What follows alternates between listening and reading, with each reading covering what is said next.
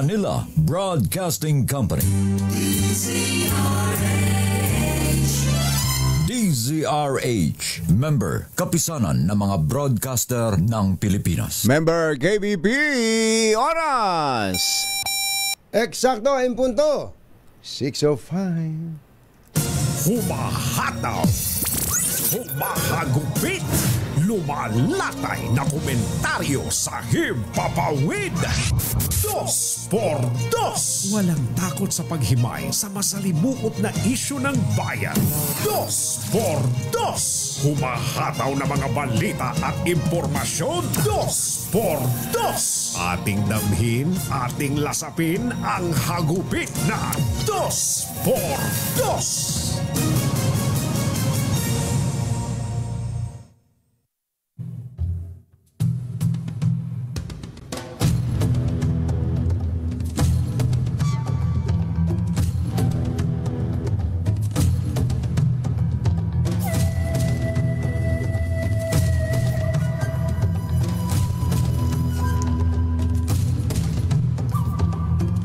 Nilinaw po ng Pangulong Bongbong Marcos na hindi sumang-ayon ang Pilipinas sa isang malawak na zero tariff policy. Partikular lang po ito para sa imported American vehicles. Sasakyan lang. Pang sasakyan kasi gusto mo ng American car. American car. Malakas sa gasolina yun. Ayoko na.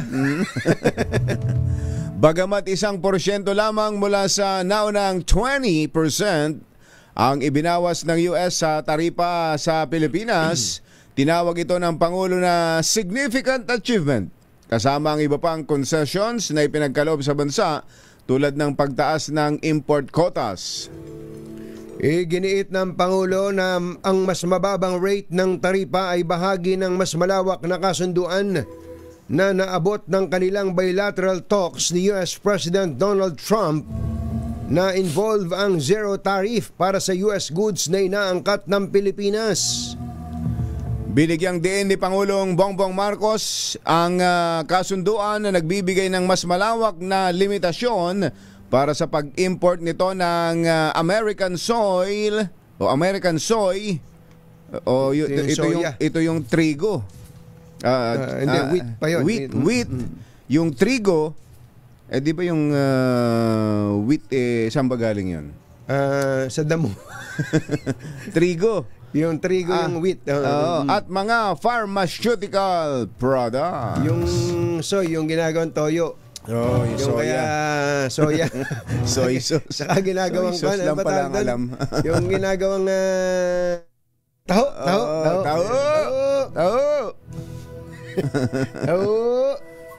Isyu ng bayan. Katotohanan. Dos.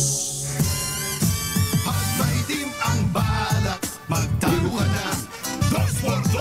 Si Jerry at si Anthony, narito na. 2x2. Hahataw ng todo, urado ka. 2x2.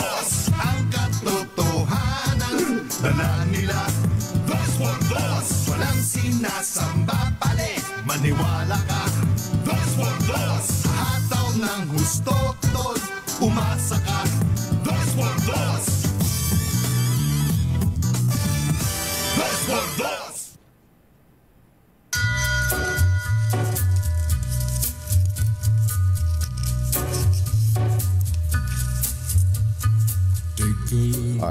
Hi. Maganda morning. Magandang umaga, bayan! Ito po si Anthony Taberna. Ito po si Jerry Baha. Muli pong sumasa inyo ang 2x2 sa umagang ito ng Friday! Yoo-hoo! Kumusta po kayo? Nasa baha pa rin po ba kayo, mga textmates, mga text partners? May signal ba kayo? Sana po ay umalis na Signal is life. Umalis na. Umalis na itong bagyo. At tumigil na ang mahaba-haba na rin itong mga pag-ulan na to mula pa nung pa. Pero kung babalikan natin ng Pag-asa mamaya, kuha nga tayo ng update dahil ito palang si Emong napakalakas kumbatsero. Oo, sa hangin, saka may dala pang ulan. Kaya nga dapat wag pa rin tayong pakakasiguro. Kaya nga hanggang ngayon ay suspendido pa rin ang klase sa malaking bahagi ng ating bansa. Ang government office ba?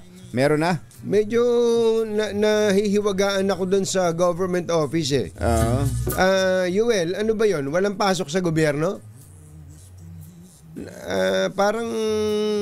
Parang kwansi parang medyo hindi kasing certain nung isang araw yung announcement. Pero mamaya babalikan natin yan. Ang bagyong Emong po pala deklarado na bilang severe tropical storm. Ibig sabihin mula sa pagiging bagyo ay isa na po itong ganap na bagyo. Sa Tagalog kasi isa lang yun isa lang yun, puro bagyo lang yan ano. Sa pagka dumating yung bagyo sa Hong Kong, signal number 10 na yan. Oo, ditong nakaraan grabe yung bagyo sa Hong Kong ano. Oo. Ito po mga kababayan ay malakas po ang hangin. Sige, pakita mo nga sa amin itong itong severe tropical storm Emong. Ito po, kung makikita po niyo sa ating TV screen, ang hangin po nito ay aabot ng up to 135. Ayun, yung pagbugso niya. Yung bugso. Meron siyang lakas na hangin na 110. Tapos may pagbugsong 135. Tapos sasabayan pa ng bilis niya, yung pag-andar niya ng 25 kilometers per hour. Mabilis na malakas. Mabilis na malakas. Mabilis na malakas. May ibang dating noon yung kung may tatamaan ang ganung velocity mas matindi. Iindahin kumbatsero. Di ba yung Yolanda noon ganon? Sobrang lakas ng hangin tapos mabilis din ang andar niya. Kaya nung hipa niya yung dagat, kaya nagkaroon ng daluyong. Kaya sa sobrang napasigaw lakas. yung grupo na Dadon, sabi niya, daluyong ng dagat. Ay tawirin. Ayun. Basta't kasama mo ako. Naalala mo pa. Naalala mo yung pa-concert natin? Pa-concert natin Hindi nyo na itatanong. Kami ni Kumbatsero nag-concert several years ago. Sa Araneta. Coliseum. Kami ni Kumbatsero. Nagulat nga yung mga si Cheese Escudero ngayon. Napakante. Napakanta. Kasama namin doon si Cheese. Si Cheese Escudero. Na sabi nitong si Kuya Angelo Palmones, katakot-takot pala ang pera. Ha? Oo. Nire-report, pinapakinggan ko siya kanina Kaya pala parang hindi na tayo kilala. Oo. Senator Cheese, Senate President Cheese Escudero, ha? Ganun tayo dati. Naalala mo ba? Nung kamukha ka pa ni Bambo, pinapasin mo pa kami dahil kamukha kami ng Dadon. Dadon, Sulueta.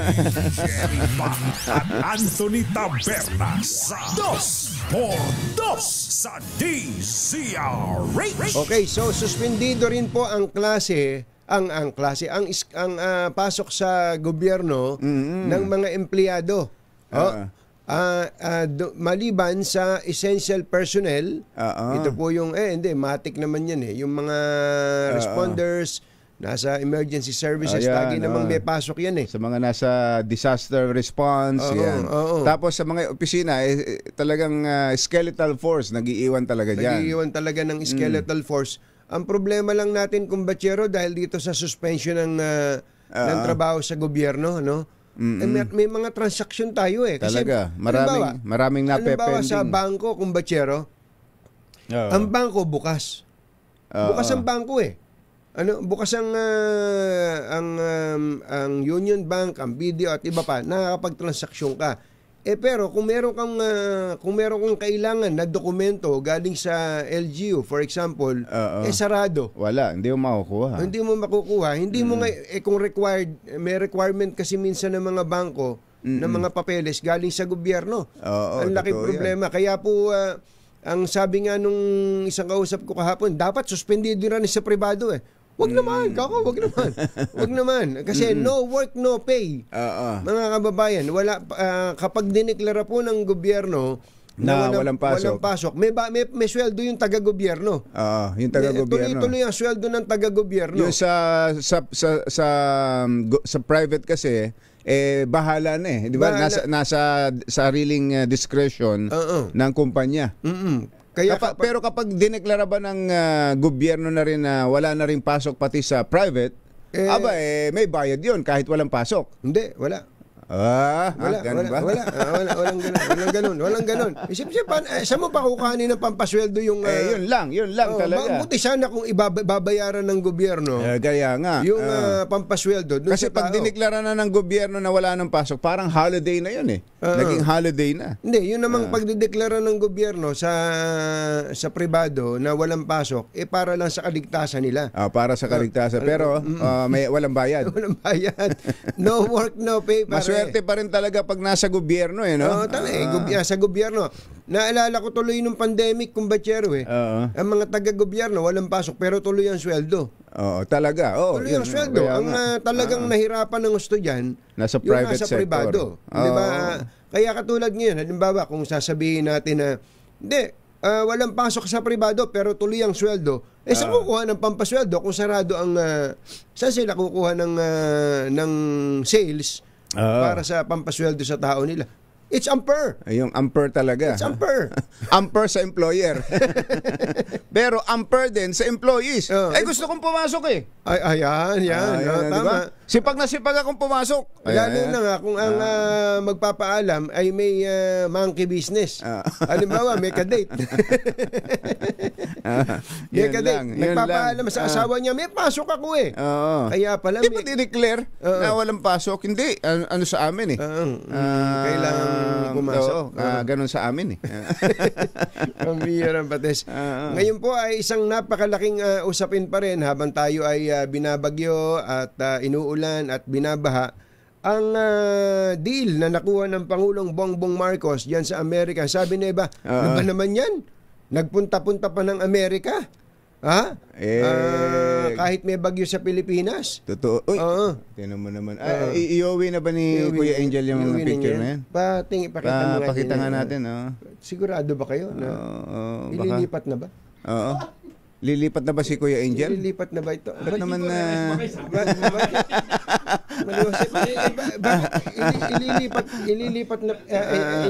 Ililipat na pala. Kaya pala pumunta doon. Kaya pala bumisita doon nung isang araw sa Bumabagyo na nga. Alam nyo, hindi nyo po na itatanong, wala po... Music, nasa music dyan. Hindi nyo po na itatanong, mga kababayan, wala pong dos por dos. Kung wala po ang taong nasa larawan na yan, na ang tindi ng pagkakaposing, kung wala po yan, wala po ang dos por dos. Wala po. Ito pong taong ito ang dahilan ko. Nakakita po siya ng potensyal sa tandem namin ni Kumbachero. Naalala ko ito ay 1999, Kumbachero. Nakita po niya ang potensyal sa amin. Kaya paano po namin siya malilimutan? Kaya kung Angel, saan ka man naroroon. Angel. Ang ganda ng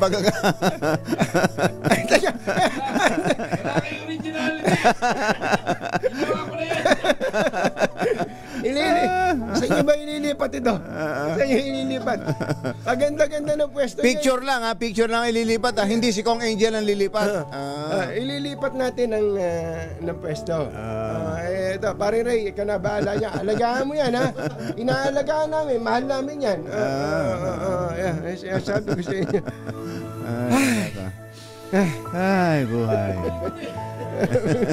Masamang tao lang ang takot sa dalawang to. Kaya kung maitim ang balak, magtago ka na. Anthony Taberna, Jerry Baja, Dos por dos. Dos por Paano ba nasabi Naputol tayo. Paano ba nasabi ng Pangulo na significant yung 1% Yung reduction 1%. Oh, sa tariff? from 20%, kumbaga, nakatawad. nakapitas tayo ng konting ng 1%. Oo. Ano ba? Pasabihin niyo, 1%? Talaga naman kapag tiningnan parang halos hindi na rin nabawasan. Pero ang original hong gusto talaga ni ang unang binabanggit ng Amerika pala diyan kumbachero ay 17%. 17%. Tapos nung biglang i-announce sila, ginawan 20%. Ginawan nilang 20%. At ayan, nakatawad ho tayo ng 1%, 19%. Alam niyo naman, ang Amerika, sa ilalim ngayon ni Donald Trump, may pagka-bully. Bully talaga. Talagang, kapag ano ang sinabi nila, kung ano gusto nila, yun ang gusto nilang masunod. Biruin niyo yan, 19% ang tariff nila sa mga produktong galing sa Pilipinas. Yes. Tapos yung mga produktong galing Amerika, dadalhin dito. Alam niyo kung magkano? Magkano? Alam niyo kung magkano ang taripa? Magkano? 0. Ilan? 0. 0. 0. Zero. Oo. Pero alam niyo naman, ang inaangkat natin sa Amerika hindi naman... Yun, binanggit ni Mother kanina. Binanggit ni Mother. Ang pangunahin dyan, ang gusto ng Amerika na isalya sa atin ng zero tariff, automotive. Apakalalakas na gasolina ng sasakyan nila. Masyado nilang ininda ang pagpasok po, ang pagbaha ng Japanese cars, Chinese cars, napakamumura. Ngayon, Vietnamese cars. Nakita niyo ba yung mga Vietnamese cars ngayon, bagamat hindi pa siguro reliable yan, Korean cars, yan po ang kalaban nila sa merkado ng Pilipinas.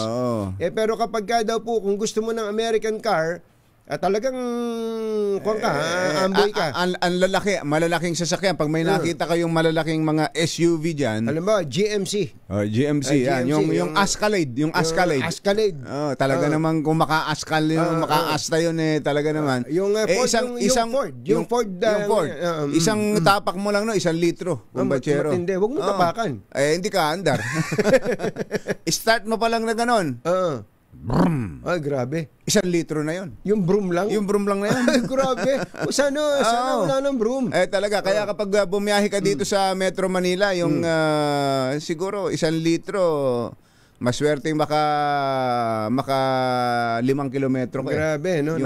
Yung ganung kalalaking sasakyan. Kaya ang totoo nun, kung automotive ang pag-uusapan, kahit na po may 20%, kahit may zero tariff pa yan, kung ikaw ay regular buyer ng sasakyan na ikaw ay matipid, hindi mo rin bibili. Pero kapag ikaw naman ang bumili ng American car, bumili ka, sumakay ka, ang gwapo mo. Siyempre naman. Ang gwapo, napakagwapo mo.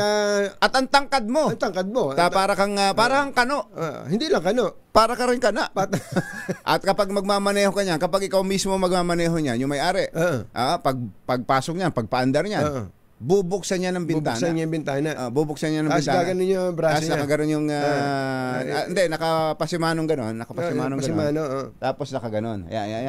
Ganyan. Tsaka yung kanan ng pan-drive niyang ganon. Pawis na pawis yun. Kasi binuksan niya yung bintana. Pero kahit na. Kahit na. Nakakapogi. Kailangan makita siya na siya nagmamaneho nun. American car na yun. Pero alam nyo, kung isipin natin mabuti, at least dito offhand hindi pa natin nakikita. Halimbawa yung ini-import natin na zero tariff yung gamot kasi pharma companies pharma products yung gamot at wheat. Malaki po ang inaangkat nating sa feeds yan, inihahalo sa feeds. Wheat, yung soya. Pero basically kumbachero, yung wheat, arena. Baka maging happy ang mga importer ng arena, kumbachero, sapagkat ang laki ng consumption natin ng wheat dito sa Pilipinas. Ang hilig natin sa tinapay. Ang hilig po natin sa tinapay. Ibig sabihin ba nun, bababa ang presyo ng pagkain na ginagamitan ng wheat? Yun na offhand. But of course, ang laging umiibabaw dito. 1% lang. 1% lang ang nailakad ng Pangulo. Hindi ba binola lang tayo, sabi ni Donald Trump? Bolero talaga top yun. Negotiator. Bolero talaga yun. Sabagay. Pero pag tiningnan ho natin, dito sa buong region, Southeast Asia, kumbaga parang pangalawa yata tayo sa may mababa na tariff na inimpose ng Amerika. Ang Next una to ay Singapore. Ilan? 10%? 10% lang.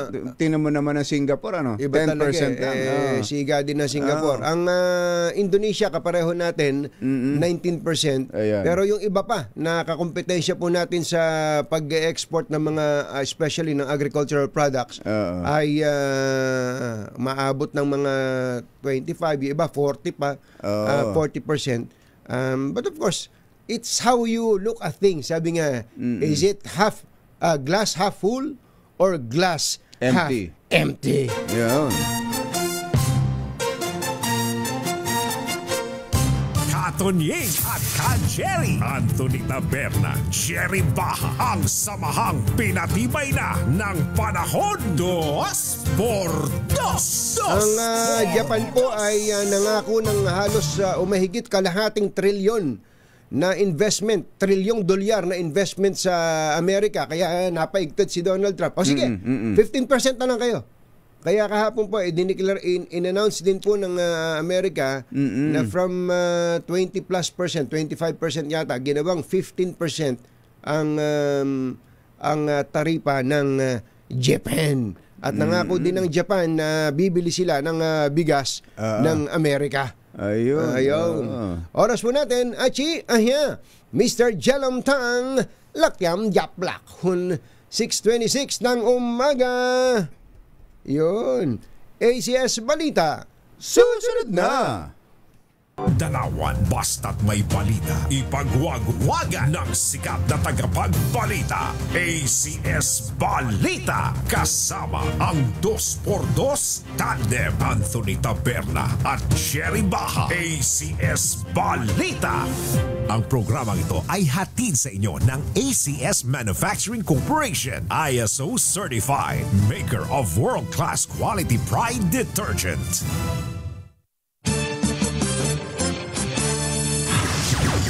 Sa ulo ng ating ACS Balita, libreng sakay program ng DOTR umarangkada na sa Cebu. Pangulong Bongbong Marcos balik Pilipinas matapos ang 3 araw na US visit. Apila ng DOJ sa pag-absuelto kay Congresswoman De Lima. Pinatigil ni Secretary Boying. Draft ng SONA ni Pangulong Bongbong Marcos nasa 80% na. Mahigit 600 toneladang basura na kolekta ng MMDA. Alam niyo kung ano yung mga basura? Sirang ref, sofa at gulong. Ay sus, Mario Jose. At pamamahagi ng ayuda ng alkalde ng Kalumpit, umani ng Batikos, nag-viral sa social media. Magandang umaga, Luzon, Visayas at Mindanao. Good morning, Philippines. Hello, world. Kami po ang inyong mga tagapagbalita. Ito po si Jerry Baha. Ito po naman si Anthony Taberna. At ito ang ACS Balita.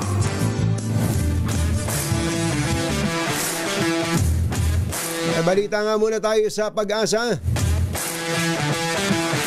Ang magkatambal, ang magkatandem, ang magka-2x2 na bagyo, sina Dante at Emong. Asa na ba sila? Sa linya natin si Kabeni Estareha ng Pag-asa. Kabeni, magandang morning! Si Katunying po at saka si Jerry. Yes po, good morning sa inyo, Sir Jerry, Sir Tunying, ganyan din sa ating mga taga-subaybay. Meron tayong update po regarding sa ating dalawang bagyo na nasa loob ng ating area of responsibility. Simulan natin po kay Bagyong Emong. Ito po ay lumalakas pa sa ngayon at ating namataan kaninang alas 4, 245 kilometers po kanluran ng La Union. Taglay ang hangin na 110 kilometers per hour, malapit sa gitna, may pagbugso hanggang 135 kilometers per hour at kumikilos patimog kanluran sa bilis na 25 kph. Sa susunod po na 24 hours, inaasahang lilihis ang direksyon nito pabalik dito po sa direksyon ng Northern Luzon. Maritong lumakas pa bilang isang typhoon. So ibig sabihin po posible magtaas tayo ng hanggang signal number 4 dun sa mga areas po lalo na sa may Ilocos region. And then within the next 48 hours po, tatawidin pa yung natitirang bahagi ng Northern Luzon from Friday up until Saturday, as well as Batanes and Babuyan Islands hanggang sa makarating po ng Okinawa Island sa Japan pagsapit po ng Sabado ng hapon. Sa ngayon nakataas po ang tropical cyclone wind signal number 3 sa northern Pangasinan at sa western portion of La Union. Signal number 2 naman sa Ilocos Norte, Ilocos Sur, rest of La Union, western Apayao, Abra, Kalinga, Mountain Province, Ifugao, Benguet, Central Pangasinan at western portion of Nueva Vizcaya. Habang signal number 1 sa Batanes, Cagayan, western and central portions of Isabela, gayon din ang natitirang bahagi ng Nueva Vizcaya, buong Quirino, rest of Apayao and rest of Pangasinan, northern and central Zambales, buong Tarlac, and the western and central portions of Nueva Ecija. Meron po silang mararamdaman na malalakas na mga hangin lalo na po yung may signals number 2 and number 3 posibleng makasira ng ilang pananim at may hinang struktura ng bahay. Samantala, yung ating minomonitor pa ng isang bagyo, si Bagyong Dante, mas malayo naman ito sa ating kalupaan, nasa 790 kilometers east and northeast of Batanes at may taglay na hangin na 75 kph. Ito po ay tropical storm, so mas mahina din kay Bagyong Dante. Inaasahang lalabas naman ito ng Philippine Area of Responsibility mamayang hapon din po. Papalabas na pala si Dante, pero itong Emong ang malakas, Ka Benny? Ano yung nabanggit mo kanina, parang babalik? Babalik ba siya, itong si Emong? Apo, sa nakalipas po kasi na araw, parang sumusubsob siya pakaliwa. So, mangyayari niyan within 24 hours, kakana naman po siya, and then naangat po ng Northern Luzon. Ayun, ganun palang andar nito. Tapos mabilis din ang takbo niya, 25 kph. Yes, naging mabilis po siya in the last 6 hours, pero babagal po this morning and then bibilis muli pagsapit po bukas. Ano ini-expect natin na pinakamalakas na hangin niya, Ka Benny, nitong si Emong? Hanggang signal number 4 po and typhoon intensity, so possible po mga 120 to 130 kilometers per hour po bago tumama dito sa Ilocos region. Malakas ang hangin, tapos marami ring dalang ulan. Yes, bukod po dun sa malakas na hangin, yung ulan din po galing mismo kay Bagyong Emong nandyan sa may Northern Luzon and Central Luzon, plus the rest of Luzon naman po affected pa rin po ng malakas na habagat. Dito sa Metro Manila, may epekto ba si Emong sa atin? Kay Emong naman po, yung Metro Manila from Emong, so far wala pa naman, wala tayong nakataas na wind signal or wala tayong itataas na wind signal based sa latest track, pero nandyan pa rin po yung enhanced na habagat. Makakaranas pa rin po tayo ng pabugso-bugsong malakas na ulan, kaya lagi po magantabay sa ating warnings. Ayun. Okay. Ka Benny, maraming salamat. Salamat po sa inyo. Thank you. Si Ka Benny Estereja ng Pag-asa. Alas 6:34 na ng umaga, nakauwi na si Pangulong Bongbong Marcos, kumbatsero. Ng oras pa dumating? Eto, balik Pilipinas na po si Pangulong Bongbong Marcos matapos ang matagumpay na 3 araw na pagbisita sa Amerika at personal na nakipag-usap kay US President Donald Trump. Sa kanyang arrival speech, nagpahayag ng pasasalamat ang Pangulo sa US government at mamamayan nito sa pagtangkap ng kanyang pagbisita, gayon din sa kanilang suporta sa pagsisikap ng bansa na tulungan ang mga apektado ng habagat at bagyo. Ibinida rin ng Pangulo na naging matagumpay ang pakikipagpulong niya kay Trump at tinalakay nila ang ilang usapin ng seguridad, kalakalan at defense cooperation. I have just concluded my 3-day official visit to Washington, D.C. upon the invitation of U.S. President Donald Trump. This visit speaks of the breadth and depth of the alliance of the Philippines and the United States that span the various facets of our bilateral relations. At this brief visit, I had productive discussions with President Trump and with key U.S. government officials, including Secretary of State and National Security Advisor Marco Rubio and the Secretary of Defense Pete Hegseth. We reaffirmed our mutual commitment to further strengthening our long-standing alliance and growing our economies for the benefit of the people and in pursuit of our national interest. We exchanged views on key regional and international security issues, focusing on how the two countries could cooperate and contribute towards addressing common challenges and priorities. pinasiklaban tayo ng English ng Pangulo ron. Oo nga eh. Mr. President, alam namin na you just arrived from the United States of America. Pinasiklaban tayo ng English doon Mr. President. Malabang translation dyan ng Tagalog. Meron. Pakitawag mo si AI. Ang kausap nyo ay mga Pilipino na. Baka akala ay mga kano at mga kana pa rin ang kausap nyo. Yan po ang tinig ni Pangulong Bongbong Marcos.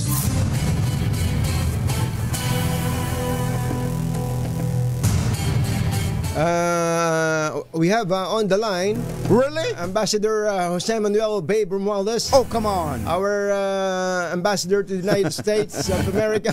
Teka, baka dumugo mga ilong natin dito. Kausapin natin, marunong matatas magtagalog ito. Magaling magtagalog yan. Itong ating embahador sa Estados Unidos, si Ambassador Babe Romualdez.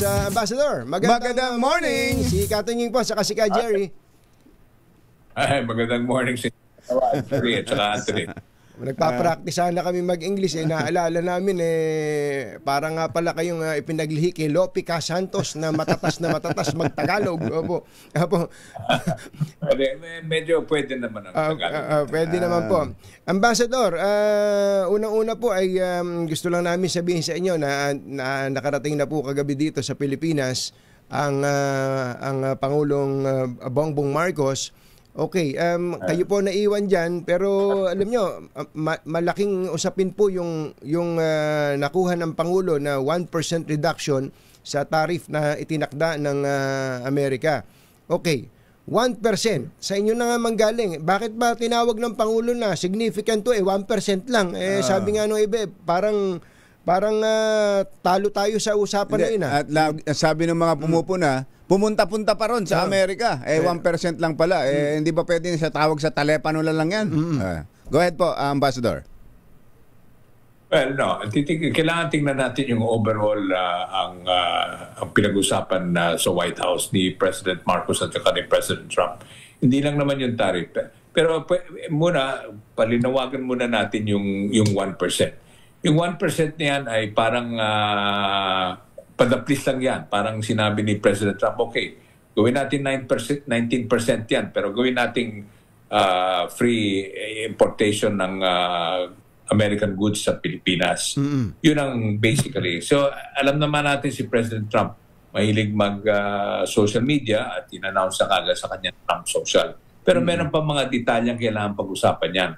Kaya nga, kausap ko rin si Secretary Go na papunta na ngayon, pabalik na dyan sa Pilipinas at meron pang continuing meeting. In fact, meron mga government officials ng US na pupunta dyan hopefully within the next couple of days at pag-uusapan nila yung tariff. I-clarify natin exactly kung ano yung ating agreement na pwede nating i-finalize. Remember, we have until August 1 to finalize everything dahil yung usapan na yan, on the level of President Trump at saka President Marcos, parang sinabi lang ni President Trump, okay, sige, bigyan natin 19%. And the reason why 19, dahil yung mga ibang mga bayan sa ASEAN, yun ang pinakamababa, 19%. Ang Indonesia ay 19%. Actually, yung Vietnam, hindi nga na rin malaman din kasi unang-una, ang announcement, 11%. Pero ngayon, it's really 20%. No? So, medyo relax na tayo dahil hindi pa naman yan ang final figure na pinag-uusapan natin. At saka isa pa, kailangan ipaliwanag natin sa ating mga kababayan na yung ating export sa United States ay 16% lang ng ating ini-export sa labas. So in other words, hindi naman gano'ng kalaki ang sinasabi na. Of course, negosyo natin yan. So, inatagaan natin. Pero hindi naman gano'ng kalaki. So, the effect is not going to be that significant, that as big as people think. No? At saka, yung mga export natin na ibang mga bagay, hindi naman kasali dyan. Meron tayong mga exceptions. Lalo na we're trying to protect yung ating mga farmers, no? Yung mga agricultural products natin. Yun hindi natin pwedeng isama doon sa tariff na ganyan. Kundi masisira naman yung ating agriculture. Kaya like I said, hindi pa tapos yung boxing dyan. Marami pa tayong bago i-finalize natin. So, at saka hindi lang naman tayo, mambayan rin. Ambassador, tama ba intindi ko sa inyo na 1% ngayon, pero before August 1, pwede pang magbago? There's a chance, pero may pag-asa yan. In fact, announce ni President Trump, nakita ko lang ngayon sa announcement na pinakamababa na yung 15%. Ngayon, yung Japan, binigyan niya ng 15%. Malaki yung kanilang deficit sa Japan. Pero, ang bawi naman doon, merong investment ng Japan ng $600 billion in the United States. $600 billion mag-expand sila ng kanilang factories dito sa US. So, ibang usapan yun. Di ba? Malaki yung trade nila between the US and Japan. So tayo, even if it's considered big for us or for even the United States, yung ating deficit is very minimal compared to the other countries. So there is still room for negotiation, is what I'm saying. Tama po ba yung rinig ko kanina, 16% lang ng exports natin ang sa Amerika? Ano po ba yun? Yung anong mga produkto 16% na yun, anong produkto? Meron tayong mga, actually yung ating mga, yung 16% yung tariffable, okay? Yung pwedeng i-tax. Kasi meron tayong mga semiconductors na hindi tinatax yan. At saka yung ating mga service providers. No? Pero yung 15% na yan, yung mga agricultural products natin na, I'm not agriculture, but some of the products that is susceptible to that, yung like for instance yung coconut or yung mga bagay na ganyan na basically mostly food items, no? So or mga ginagawa natin mga I'm not sure kung meron toys tayo merong ini-export diyan. Meron pa bang mga bagay, I don't have the exact list, pero it's not as big as people think it is. So ang sinasabi po ninyo, Ambassador, kahit na may ganitong naging desisyon ng Amerika, hindi naman ganun kasakit para sa atin sa Pilipinas na kanilang little brother. Well, yan ang sinasabi sa atin mga economists. Yan ang sinasabi sa akin that it is not as significant as an impact that it will make sa ating mga ekonomiya. Yan ang the wrong thinking na parang tapos na, binibigay natin lahat at meron pa tayong malaking tarif na kailangan. Hindi ganun yun. Opo, Ambassador, bago ko lang malimutan, yung po bang mga, especially agricultural products na to, bago po itong Trump administration, yung second time na nakaupo siya sa White House, ilang percent po ba ang tarif na ipinapataw ng Amerika sa atin pong mga agricultural products? Well, I think it varied anywhere between 5 to 10, wala pa naman 10%. No? Medyo mababa talaga. So, nakita ni President Trump ngayon yan. So, ang ginawa niya, talagang in-average siya sa lahat ng mga nag-trade dito sa Amerika na binigyan niya ng mga tarif. No? So, doon tayo nag-uumpisa sa kung ilan yung ating mga products that were being exported to the US. Hindi na natin mababaan yun below right now. Nag-announce na he will not go lower than 15%. Okay lang. We will find ways to be able to adjust accordingly. Opo. Okay. Yun yung isa. Pero okay, meron pong pangalawa. Yung palang ating export, yung ibig sabihin yung pinapadala natin sa Amerika ay higit na madami kung ikukumpara sa ini-import natin ng mga US products. Kaya pala meron tayong parang trade surplus na $4.9 billion daw last year. Yes, 4.8, 4.9. So, tama yun. So ganun kalaki. Ngayon, meron pong nabanggit na zero tariff. Ano po ba yung mga i-export dito ng Amerika? Meaning yung aangkatin naman ng mga Pilipino na mga produkto. Number one na talagang gusto in-export ng Amerika, medyo sa atin, I think we're more or less looking at agreeing kung mag-agree sa ating mga nine-negotiate is yung mga American cars. Noon talaga, bata pa kayo or you're not even born yet, marami tayong mga American cars na dumadating dyan sa atin. Ngayon, almost nothing. Wala. Wala talaga. Very little. No? Puro mga, ang dumadating dyan, yung mga different kinds of, not so much. No? Puro Japanese cars ang pumapasok at saka mga Chinese. Korean cars. Ay, gusto nila yan tax-free. Or walang tarif. Walang tarif. Yun, medyo pumapayag tayo dahil it's a different kind of we're not manufacturing cars in the Philippines. So magmumura 'yon, Ambassador. Ganun ho ba? Yes, definitely. Maging mura ngayon. So they will be able to compete with the other car manufacturers or car importers there in the Philippines. Yung agri products po. Halimbawa, nabanggit kanina sa balita yung soya, yung pong wheat. Zero tariff po yan? Well, there are some na talagang kailangan natin yan. So yung wheat, for instance, nag-import talaga tayo ng wheat. Wala tayong wheat. We can get it from the United States, zero tariff. Bababa yung cost ng pandesal natin, yung mga ganyan. There's a lot of, maraming ang mga advantages for this import-free products coming from the United States.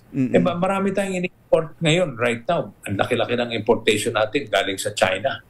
So, tagilid yung situation dyan. So, medyo tinitingnan natin, baka pwede nating pag-usapan yung pag-import ng mga American goods that are of quality anyway, at saka mukhang it will be good for our people. At saka meron rin mga iba pa, no? Gamot, yung pharmaceutical ambassador, mga gamot. Yes, mga yun. That's a pharmaceutical, mga pharma products. Para bumaba yung ating mga cost of medicines. That's another area where we're looking at giving it tax-free coming into the Philippines. Teka muna, so ito hong mga binabanggit ninyong mga products, dati hong may tariff ito, dati, bago umupo si Trump, ngayon ay magiging zero tariff papunta sa Pilipinas? Well, yung mga iba, talagang medyo malaki yung tariff na binabayad. Kasi we're trying to protect some industries in the Philippines. Ang tinitingnan ngayon, tinitingnan ni Secretary Go, who's in charge of our negotiations, kung ano yung pwede nating, at saka hindi lang niya dinidecide yan na checklist na siya mismo. Nagkukonsulta tayo sa mga manufacturers, sa ating mga farmers, lahat yan. We're trying to get the census of those that are maybe affected by this import-free the importation of these products for free, no? So we're pinag-aaralan na mabuti, in other words, hindi yung bigla-biglaan lang. So itong gusto ko lang ulitin na itong umpisa na 19%, nasa negotiation stage pa rin yan. Yung announcement just to really give an indication. In fact, ang tingin namin dito sa visit nito was a very successful one dahil maski paano, President Trump, nakita naman ninyo sa TV, talagang maganda yung usapan nila, lalo na doon sa military relationship natin. Ito rin, sa tariff, sinasabi nga ni President Trump na tough negotiator ito si President Marcos dahil hindi natin binibigay yung sinasabi nila na ibigay nila lahat. Hindi totoo yan. Although, marami rin talaga tayong pwedeng ibigay na makakatulong rin sa atin at magandang it will be mutually beneficial for the United States. Yan ang ibig sabihin ng announcement ni President Trump. We've had a good deal.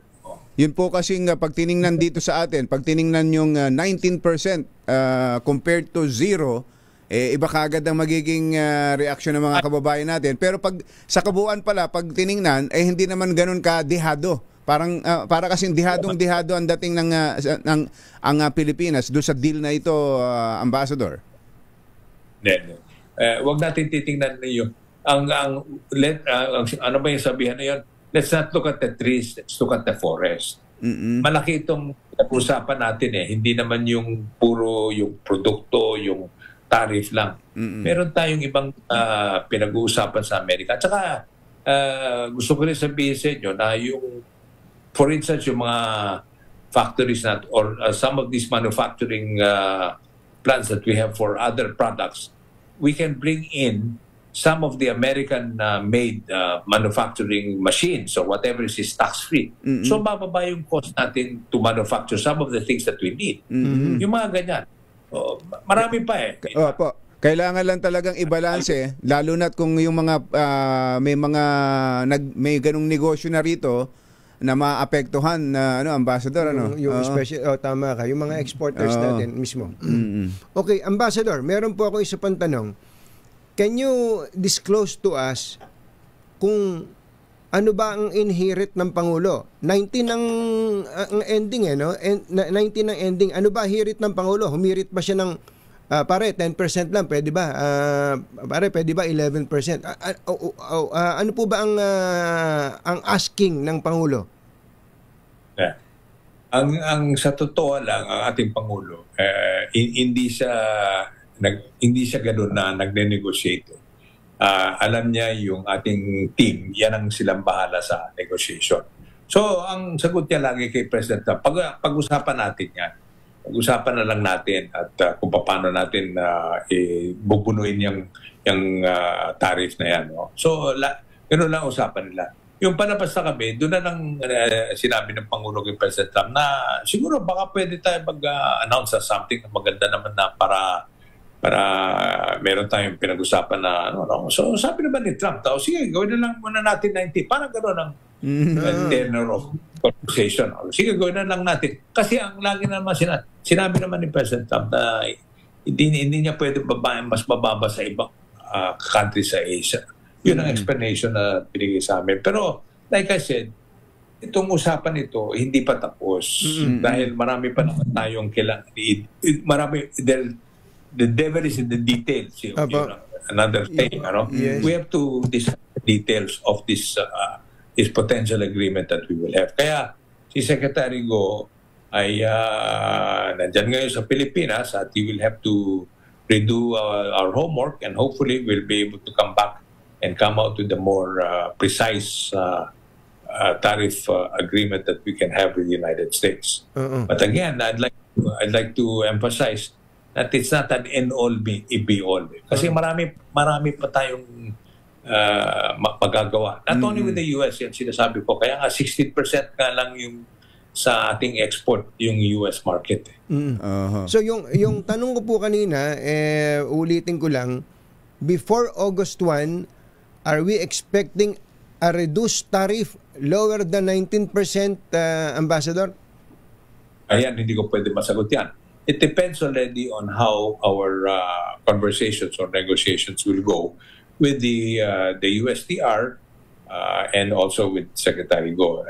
We like I said, this is just the overall goal that we will have.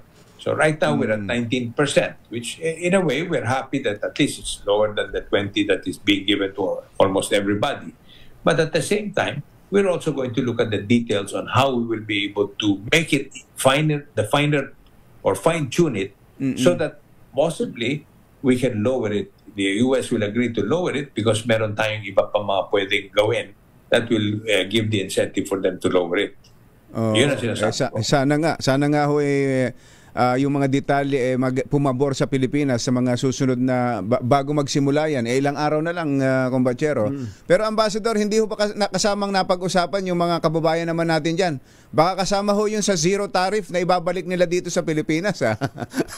Hindi ho kaya? Ito, maski na hindi nila ito lang pwede ko sabihin sa inyo. Apo. Tayo mga Pilipino dito sa Amerika, magandang ang image natin. In fact, sabi nga ni President Trump, I love Filipinos. Doon sa kanyang golf club nga, meron siyang ilang mga Filipino-Americans that actually are his caddies and at the same time, yung magaling maglaro ng golf.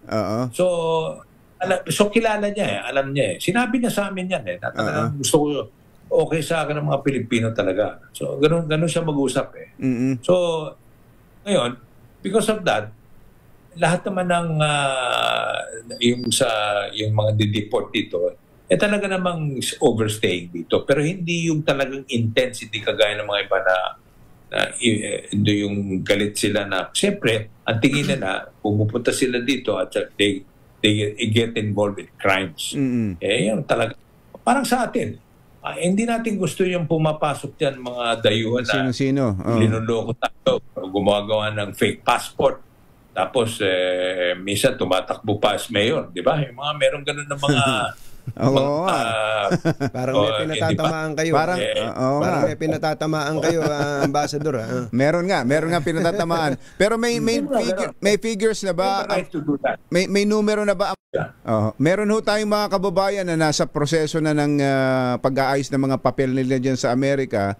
Hindi ho makauwi, natatakot hong umuwi ng Pilipinas. Mga green card holder na mga green card holders na gusto lang may magbabakasyon o may aatin ng special event o occasion dito, hindi ho makauwi dahil natatakot baka daw hindi sila makabalik na. Ano ho bang payo ninyo sa mga kababayan natin? Kung wala silang ginawang masama, okay? By that, I mean, wala silang kaso na lumalabas sa computer. Obviously, ngayon, nag-exchange of information na ngayon. So, kung meron silang kaso gano'n, iklaro nilang mabuti na wala na yon. Kung meron silang mga kaso. Kung wala silang kaso, wala namang problema ng ganyan. Ang mga napapahamak sa ganyan lang, marami sa kanila hindi nila inayos. Maski na konting bagay lang na nag-shoplifting, whatever it is, hindi naman hindi naman gaano ka grave yung crime that was committed. Kailangan ayusin na mabuti. That's the only ngayon, of course, kung talagang kinakabahan sila at lahat, my advice to them, kung hindi naman kailangan ngayon na umuwi muna until things settle down, better na gano'n. Better safe than sorry. Diba? Yun ang ngayon, yung mga talagang walang pag-asa to stay here legally, ang advice ko lagi, hindi ko naman tinigil yan, sinabi ko lagi sa kanila, you have to already self-report. In fact, nag-offer nga sa akin yung kanilang assistant secretary dito ng Department of Homeland Security, sabihin lang sa mga who are staying here na in-offer naman to publicly, pero sinabi rin sa akin na kung gusto niyo umuwi na, kami nang bahala ng inyong pasahe at saka bibigyan namin pa kayo ng allowance para umuwi. Para it's easier and it's less expensive. Kasi pag i-detain ka, kailangan ilalagay mga sa detention. Saka kahiya pa yun Kahiya pa yung buti nila, Ambassador. Hindi ka na makakabalik. May estimate kayo, Ambassador, kung gaano karami ang nasa ganyang sitwasyong Pilipino na dapat self-deport na? Well, yun nga, yung figure na binibigay sa atin, di ba, umabot sa 350, 300. It's not clear. Dahil siyempre, some of them talaga hindi sila nagre-report sa atin. So, we just have to assume that they're in that number. So, kung talaga, again, kung wala sila talagang pag-asa na talaga maiwan din sa Amerika, it's best that umalis na muna sila because they have a chance to come back. And I've seen that happen. Marami akong mga nakilala na umalis sila na they were overstaying here.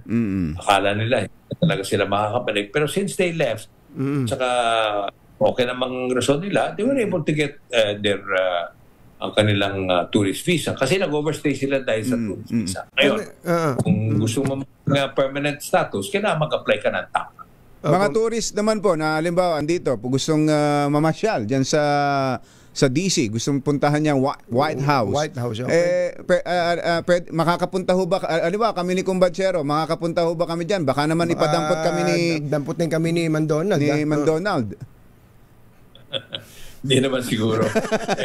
Laro dalawa kilala ko. Pero, definitely yung mga tourists dito, they're still welcome. Like I said, wala kayong problema, wala kayong kinakatakutan. That's all there is. Ako, lagi ko sinasabi, pag meron kayong, sa atin, kung meron problema, sinasabi ko rin sila, huwag na kayong pumunta doon sa Pilipinas dahil mahuhuli rin kayo kung meron kayong may intention kayong gumawa ng masama. Or di ba? Or meron silang kaso dyan. Ambassador, yun po bang i-offer ni ASEC na yung Assistant Secretary ng Homeland Security ay pwede daw po bang i-upgrade sa business class yung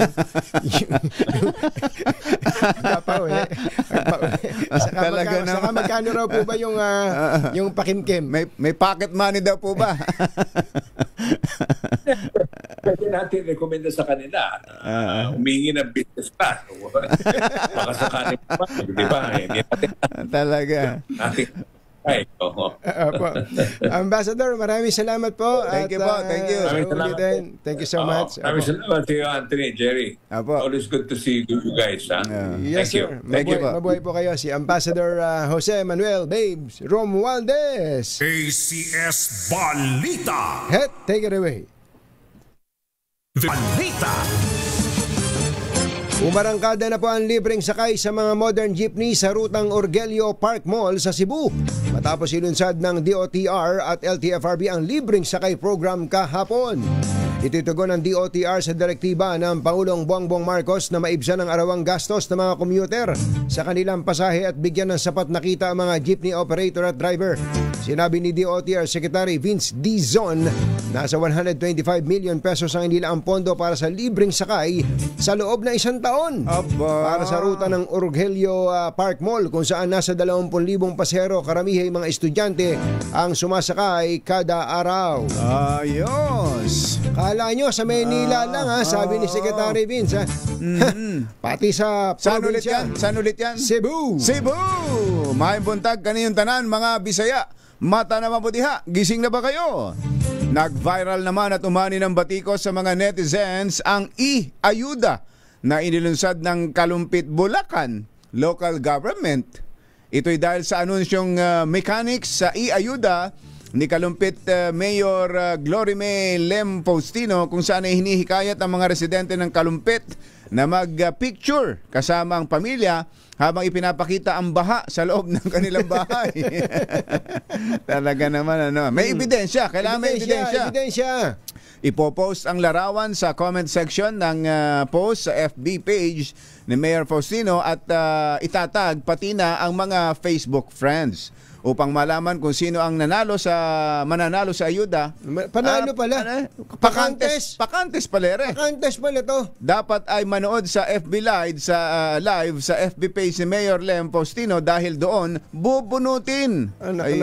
May raffle. Hindi kung ayuda talaga na pinipilit nilang ayusin kahit na sa ganitong paraan para maabot yung ating mga okay yun. Pero kung pakantes parang sablay yata yun na Mayor Lem? Lem Faustino. Doon bubunutin ang mapipiling comments na makakatanggap ng e-ayuda. Lahat ng mananalo ay mabibigyan ng tulong na ipapadala ng pamahalaang bayan sa pamamagitan ng GCash. Noong Martes, idineklara na ang state of calamity sa Kalumpit dahil sa mataas na tubig baha, bunsod ng walang tigil na mga pagulan. So parapol. Buti sana kung pera niya, yung hindi pera ng gobyerno. Oo, saka hindi lang yung kumbatsero. Mayor ka, alam mo naman kung saan yung mga baha dyan sa lugar nyo Kalumpit pa ba naman? Dapat lahat ng mga taga doon sa inyo na alam mo naman binabaha at may barangay chairman ka naman kilala dyan at may mga leader na mga alam nyo na hindi na kailangan iparaffle yan. Baka naman ang gusto lang ni Mayor maging vlogger na rin. Baka pwede naman. Mag-vlogger ka na lang siguro, Mayor. Mainam din naman yun. Iatras na ng DOJ ang kanilang mosyon na humihiling ng conviction sa kasong illegal na droga laban kay dating senador at ML Party List Representative Laila De Lima. Sinabi ni Prosecutor General Richard Anthony Fadolion, nagpasya silang bawiin na ang inihaing motion for reconsideration sa Muntinlupa RTC Branch 204 matapos ang meeting kay Justice Secretary Jesus Crispin Remulla. Kinumpirma naman ni Remulla na kinausap niya ang Prosecutor General upang tigilan na si De Lima. Na anya ay isa lamang political at hindi legal agenda. Tiniyak ng Malacanang sa publiko na may sapat na supply ng bigas ang National Food Authority na kayang magtagal ng hanggang 12 araw. Ito'y sa harap ng naranasang mga pagulan at pagbaha dulot ng habagat at sunod-sunod na bagyo. Ayon kay Palace Press Officer Claire Castro, handa ang NFA na ilabas ang kanilang reserbang bigas para sa mga LGUs at relief agency na magre-request. Sa katunayan, 6,600 na sako na ng bigas ang nai-dispatch sa DSWD Tarlac para sa relief operation, sapang 200 sako naman ang nai-turn over sa LGU ng Puerto Princesa sa Palawan. Nagatid sa kabuuan ng ating ACS Balita, ito po si Anthony Taberna. Ito po si Jerry Baha. Kasama ang 2x2 tandem Anthony Taberna at Jerry Baha. ACS Balita. Balitang makatotohanan. Balitang maaasahan. ACS Balita. Ang programang ito ay hatid sa inyo ng ACS Manufacturing Corporation, ISO certified, maker ng world-class quality pride detergent. 2x2. Let's move and get it on. Pasensya na kayo at medyo nakatuto kami sa sumusubo kami ni Kumbachero na matutong mag-English sa mga nanonood sa atin, lalo na dyan sa Estados Unidos, sana po ay natawagan ng pansin, especially yung ilan ko may 3,800 daw ang nasa proseso na ngayon ng deportation. Mga kababayan natin. At mukhang marami pa ang nasa ganung sitwasyon.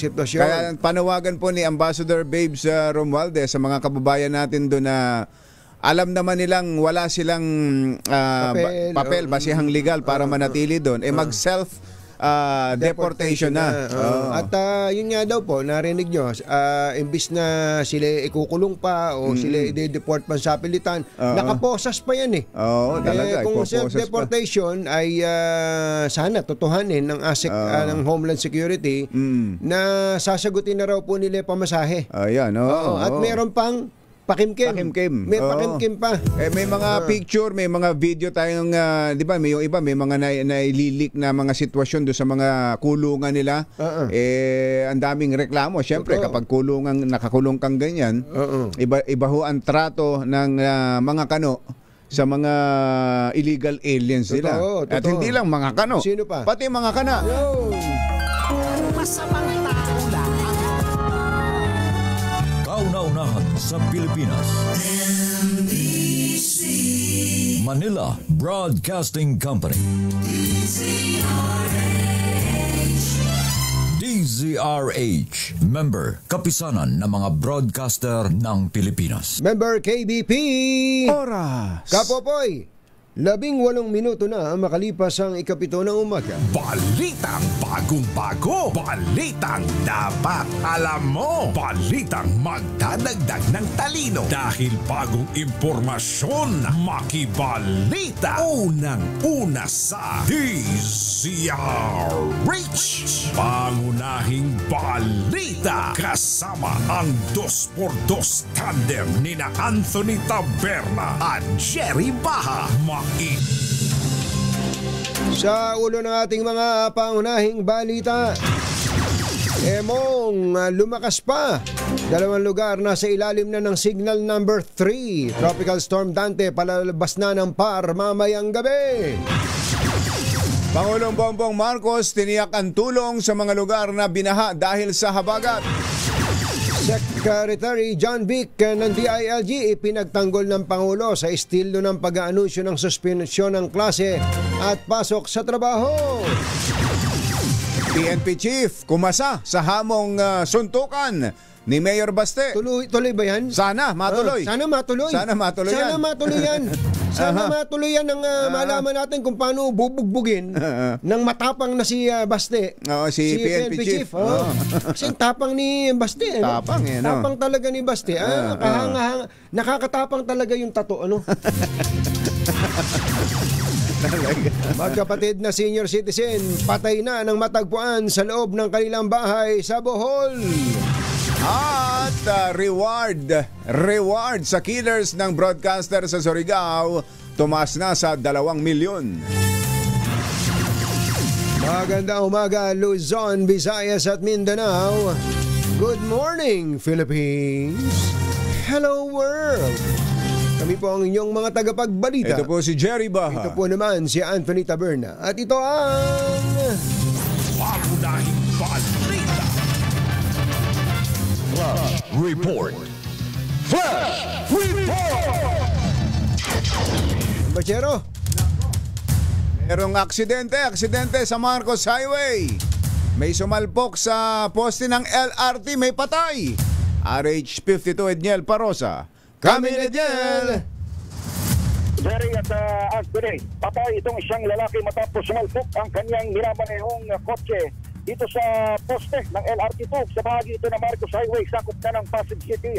Nakilala na ng pulisya itong biktimang ipit pa rin sa driver seat ng Honda City na may plakang XGR 487 matapos ang malakas na pagbangga dito sa poste ng nabanggit na struktura. Wasak na wasak itong nguso ng sasakyan at tuklap naman yung kaliwang bahagi nito dahil na rin doon sa dagdag na efforts ng ating first responders para sana ilabas itong katawan ng biktima. Pero sa mga oras na ito ay pahirapan pa rin may angat o mahugot man lamang itong katawan na idineklarang wala ng pulso at hindi na humihinga kayong pasado alas 7 ng umaga. Nakuha na sa loob ng ID na hindi mo na pinanggalan ng biktima at tawag na rin ng pulisya sa kanyang pamilya, yung kanyang sinapit, papatungo na umano dito, yung kanyang mga kaanak. Kwento ng saksing empleyado ng gasolinahan dito. Nangyaring insidente mga 5:53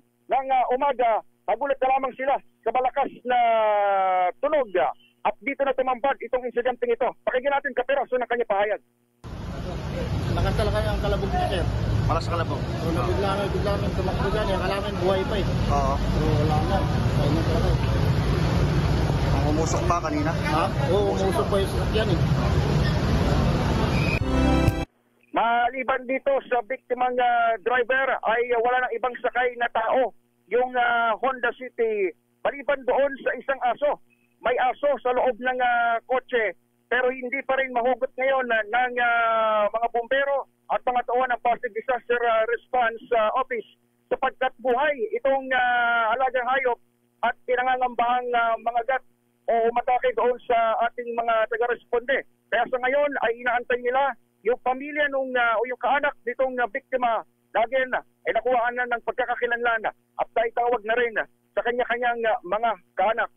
Sitwasyon dito sa kalsada sa Marcos Highway, bahagyang nagbabagal dahil ng traffic kung magagaling ka sa may Cubao area, sa may Quezon City, patungo sa may Antipolo, itong eastbound direction dahil dito sa nabanggit na aksidente.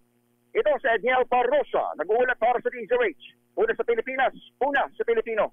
Hindi talaga uubra yung lata sa ganong katibay na poste, kumbachero. Ay nako, mag-ingat po tayo sa ating mga pagmamaneho, especially ngayon po umuulan at madulas din ang kalsada. Pangunahing balita. Samantala, may nanalo na. Talagang itong si Sherwin ayaw tumigil kapamimigay. Inuunahan yung mga mayor eh. Ito walang raffle dito. Walang raffle. Makinig ka lang. Kailangan lang. Nakikinig ka o nanonood sa DZRH. Aba suswertein ka. May pera, may grocery, may t-shirt, may payong at yung pinaka-importante, dahil 22 na ang 2x2, ang mini component. Ayun. Kaya si Nanang may tagapayong pa para si Imelda. Sherwin Alvaro, dyan sa Pandakan. Go, go, go!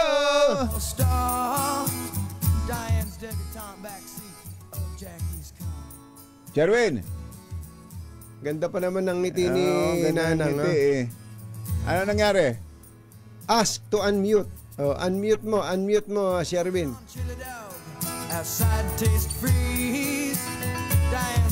Walang audio. Sayang eh. Magandang umaga sa mga taga Maynila, sa Pandakan. Ay, andyan na pala sa Barangay 837. Go ahead. Ayan, magandang umaga ka to ni Jerry. Si Agdinig na. Oh! dos por dos. Aba. Katonyeng Jerry Bahaka, dos por dos. Kanina mo pa sinasabi yan. Paulit. Ulit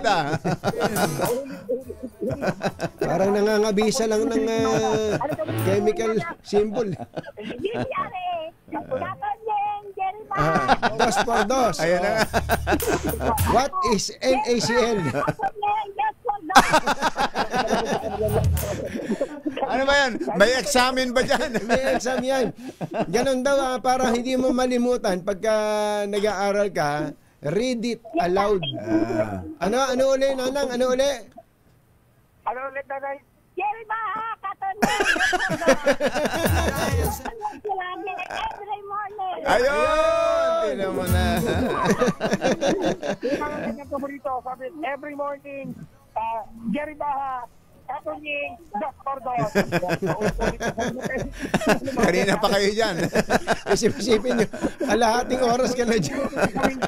Yun yung paulit-ulit na sinasabi. Jerry Baha, Katonyeng, Dos por dos.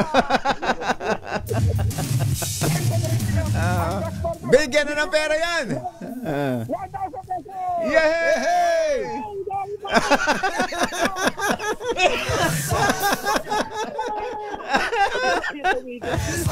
Ano pangalan ni Nanang? Ano pangalan? Felicinda Gonzales. Akala ko Katonyeng. Ayun pa.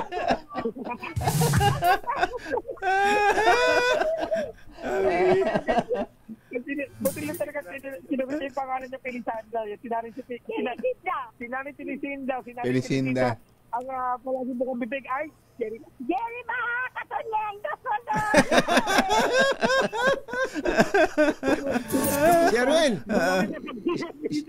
Sherwin. Dahil paborito niyo dos por dos at 22 na 22 anos ng dos por dos, meron po kayo tatanggapin na Mini component! Ayan. Ayan.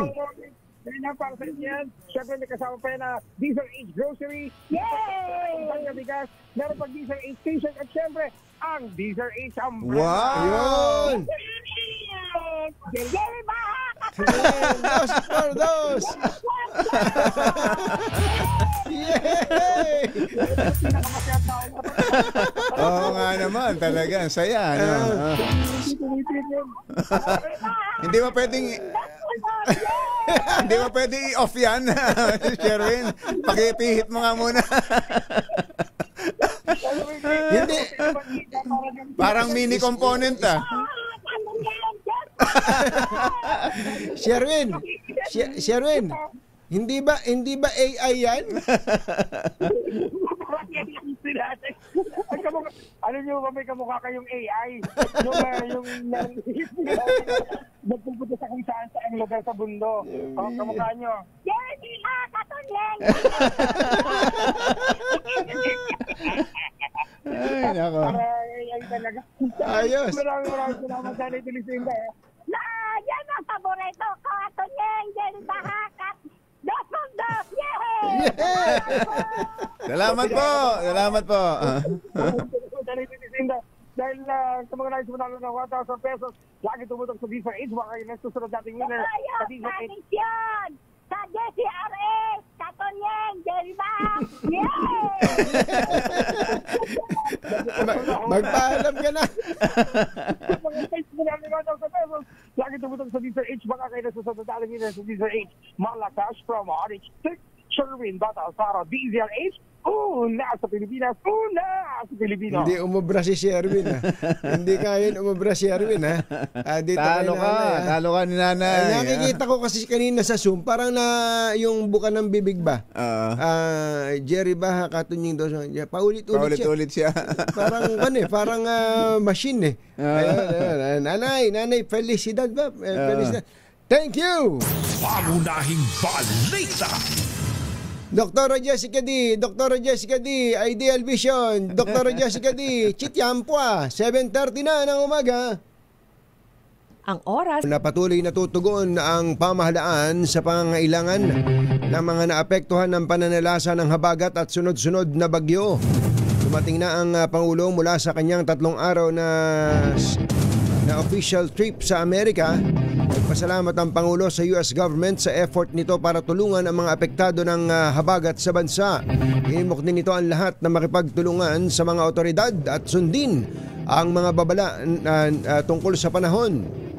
Sa gitna ng kalamidad, inuuna ng inyong pamahalaan ang kaligtasan, kalusugan at kapakanan ng bawat Pilipino. Patuloy ang ating pagtugon sa epekto ng malakas na pag-ulan at pagbaha dulot ng habagat sa iba't ibang panig ng bansa. Ang ating mga ahensya, katuwang ang mga lokal na pamahalaan, ay walang patid sa pagsasagawa ng mga rescue and relief operations upang masigurong agad na makarating ang tulong sa mga pamilyang apektado. Inihikayat ko ang lahat na makipagtulungan sa mga otoridad, sundin ang mga babala ng panahon at agad na lumikas kung kinakailangan. Sa ating pagkakaisa at pagtutulungan, malalampasan natin ang pagsubok na ito. Ang Pangulong Bongbong Marcos, may mga pictures ba tayo dyan nung dumating ang Pangulo kagabi? Ayan, eto, dumating na siya kagabi. Gabi na nga pala, ano? Late night na siguro, ano? Parang ang nangyari, pagkatapos nung meeting, may konting kapihan with the media na nag-cover sa kanya. Tapos sumakay na ata ng aeroplano eh. Sumakay na ng aeroplano. Naiwan yung iba, yung mga cabinet members. PCO Secretary Dave Gomez, kanina lang sumakay na aeroplano, mag-aalas 5 na eh. So ibang flight sila, kumbachero. Nagmamadali yata ang Pangulo gawa nga nitong mga inaasikaso dito sa dahil sa disaster mga response. Samantala, lumakas pa bilang severe tropical storm ang bagyong Emong habang kumikilos sa bahagi ng La Union. Huling namataan ito sa layong 245 kilometers sa kanluran ng Bacnotan, La Union. Taglay ang lakas ng hangin na umaabot sa 110 kilometers per hour malapit sa gitna at may pagbugsong 135 kph. Kumikilos ang bagyong Emong sa direksyong Timog Kanluran sa bilis na 25 kilometers per hour. Dalawang lugar ang nasa ilalim na ng signal number 3 dahil sa bagyo, kabilang ang northern portion ng Pangasinan at western portion ng La Union. Signal number 2 naman sa Ilocos Norte, Ilocos Sur, ang iba pang bahagi ng La Union, western portion ng Apayao, Abra, Kalinga, Mountain Province, Ifugao, Benguet, central portion ng Pangasinan at western portion ng Nueva Vizcaya. Signal number 1 naman sa Batanes, Cagayan, kabilang ang Babuyan Islands, western and central portion ng Isabela, rest of Nueva Vizcaya, Quirino, rest of Apayao, rest of Pangasinan, northern and central portion ng Zambales, Tarlac at ang western and central portion ng Nueva Ecija. Ayon sa Pag-asa, posible pang lumakas ang bagyong si Emong bago maglandfall sa bahagi ng Ilocos Region. Inaasahan namang lalabas ng PAR ang Tropical Storm Dante mamayang gabi. Ingat po kayo dyan, mga specialist, Pangasinan. Yan, Northern Luzon na yan. At inaasahan daw po na may aabot pa ng signal number 4. Yan, magiging typhoon. Ito pong bagyo. Taga Nueva Vizcaya, kumusta ba dyan, Kuya Randy Bauto at itong si Kuya Jerry Espidillon. Ate Sally, good morning! Ipinagtanggol ng Pangulong Bongbong Marcos ang paraan ng pag-anunsyo ni DILG Secretary John Vic Remulla sa pagsuspende ng klase at pasok sa trabaho. Ayon sa Pangulo, hindi niya huhusgahan ang estilo ni Remulla dahil ang mahalagaan niya ay naipararating nito ang tamang mensahe sa publiko. Giit ng Pangulo, ipinaubayan na niya kay Remulla ang pag-aabiso hinggil sa suspension dahil mas mainam na manggaling lang ito sa isang ahensya lalo't laganap ang fake news sa social media. As long as he gets the message across, that's what it's for. That's what all of these postings are for. He gets some information across, and as long as he achieves that, then he manages to do what he sets out to do. I am not a. I'm not exactly a judge of how do you say literary style. Una nang binati ko si Remulla dahil sa manoy pagiging insensitive nito sa paghatid ng seryosong impormasyon na may kaugnayan sa kalamidad. Kumasa si PNP Chief General Nicolas Torres sa hamong... Teka muna. Kumasa ba?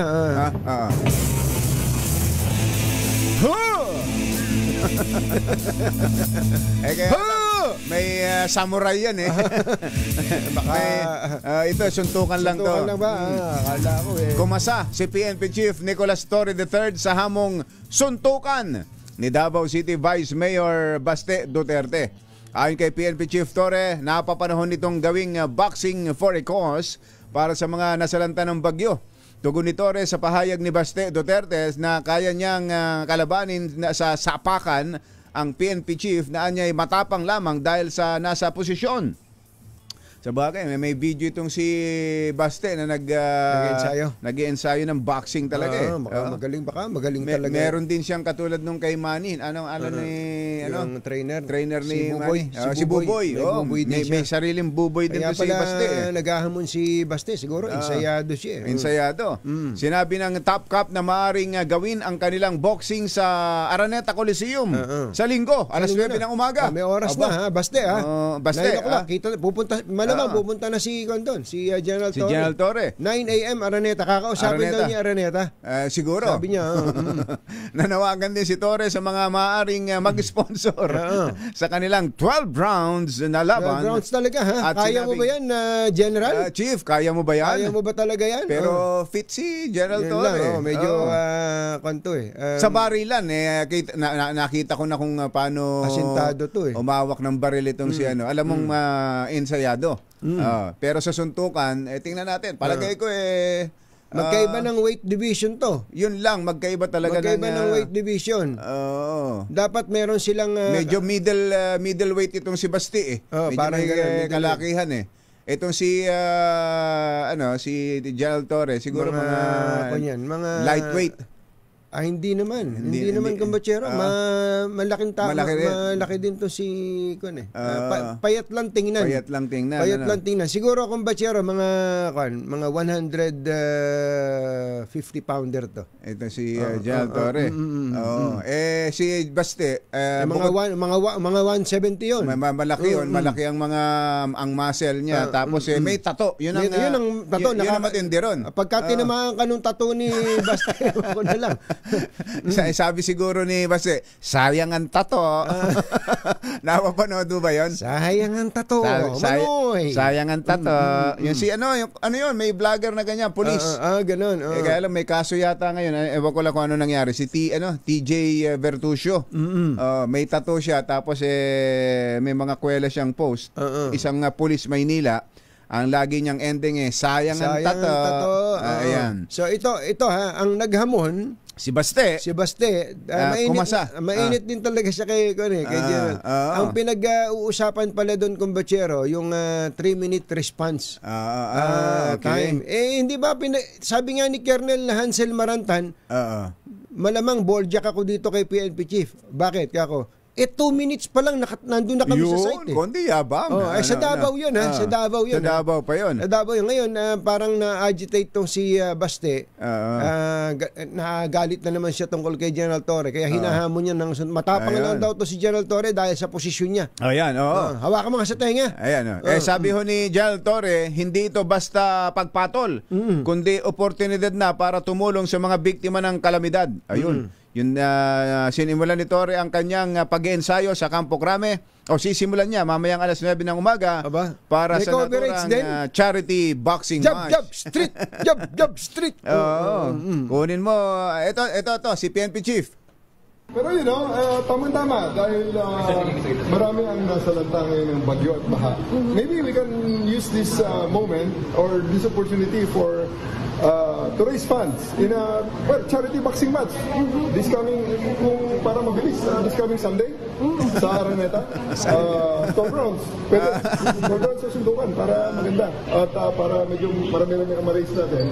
Siguro you can find sponsors per round, may mag-sponsor, so let's place their merchandise before each round, so 12 rounds para medyo marami ang sponsor, marami tayong may raise na pondo. Vice Mayor Baste. Ano say mo dyan? Ayan na. Araneta, may oras, may lugar, may number of rounds kung kailan. Tapos may mga nakaredy ng nagtatawag na ng sponsor. Si PNP Chief. Pagka kinol na ni Bastian, bakbakan na. Ayan, bakbakan na. Ilang araw na lang yan, ha? 3 days bago mag-SONA, ha? Bago mag-SONA. Mag-book ka na ng flight mo. Mukhang hindi naman canceled ang mga flight. Hindi canceled ang flight. Walang pwede idahilan na canceled flight. Hindi pwede sabihin bagyo. Walang bagyo-bagyo, hintayin natin kung ano sagot ni Baste dito. Total, siya naghamon eh. Siya naghamon, kinol. So, Naku, nakakahiya yun, kumbachero. Yung ikaw ang maghahamon, tapos ikaw ang hindi biglang aatras. Naku, para nung pangit nun. Ay, ang pangit talaga nun. Naman nun. Kailangan, kapag ikaw yung naghamon, talagang... Parang kailangan mo ng burahin ng tattoo mo kapag ikaw ay umatras. Nabubura ba? Nabubura yan. Kailangan mo ipabura ang tato. Kapag ikaw yung naghahamong siga, ikaw yung sigang, ano ba, nasa hindi si Baste, ikaw yung nasa kalye. Tapos ipinagyayabang mo, merong ganun eh. Di ba? Lagi pinapanakot yung tato. Kapag ikaw ay pinatulan ng walang tato, at nangamote ka, nangarayom ka, pabura mo na yung tato mo kasi para ipinahiya mo lahat na may tato. Isa kang kahihiyan sa mga may tato. Pangunahing balita. Ang biro ba ito siya? Standby lang. Si Kong Baby ba? Ano ang kwento sa mga may tato? Hindi, si Kong Baby, di ba, si Kong Baby Asistio, naging mayor de mayores sa Bilibid yan eh. Matagal. Pero walang tato, ano? Walang tato yun. Sabi niya, yung mga tato, mga may tato na yan. Makinig kayo. Yung mga may tato na yan, hindi yan yung mga matatapang sa Bilibid. Hindi yan yung mga siga. Hindi yan mga siga. Yan yung ginagawa namin drawingan. Pagka daw mayroong matapang na gustong mag-drawing, magtawag ka nga ng walang tato doon. At tatuan natin.